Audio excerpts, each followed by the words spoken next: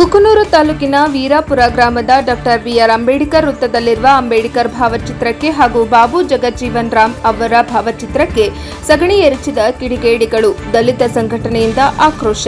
ಕುಕನೂರು ತಾಲೂಕಿನ ವೀರಾಪುರ ಗ್ರಾಮದ doctor B R Ambedkar ವೃತ್ತದಲ್ಲಿರುವ Ambedkar ಭಾವಚಿತ್ರಕ್ಕೆ ಹಾಗೂ ಮಹನೀಯರ ಭಾವಚಿತ್ರಗಳಿಗೆ ಗುರುವಾರ ಬೆಳಗಿನ ಜಾವ ಕಿಡಿಗೇಡಿಗಳು ಸಗಣಿ ಎರಚಿದ ಘಟನೆ ಜರುಗಿದೆ.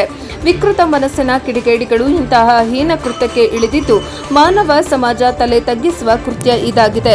ಈ ಘಟನೆಯಿಂದ ಗ್ರಾಮದ ಡಿಎಸ್ಎಸ್ ಮುಖಂಡರು ಆಕ್ರೋಶಗೊಂಡಿದ್ದು, ಸಂವಿಧಾನ ಶಿಲ್ಪಿ ಬಾಬಾ ಸಾಹೇಬ ಅಂಬೇಡ್ಕರ್ ಹಾಗೂ ಹಸಿರು ಕ್ರಾಂತಿ ಹರಿಕಾರ ಬಾಬು ಜಗಜ್ಜೀವನ್ ರಾಮ್ ಅವರ ಭಾವಚಿತ್ರಗಳಿಗೆ ಘಾಸಿಗೊಳಿಸುವುದರ ವಿರುದ್ಧ ಸೂಕ್ತ ಕಠಿಣ ಕ್ರಮ ಕೈಗೊಳ್ಳಬೇಕು ಎಂದು ಆಗ್ರಹಿಸಿದ್ದಾರೆ.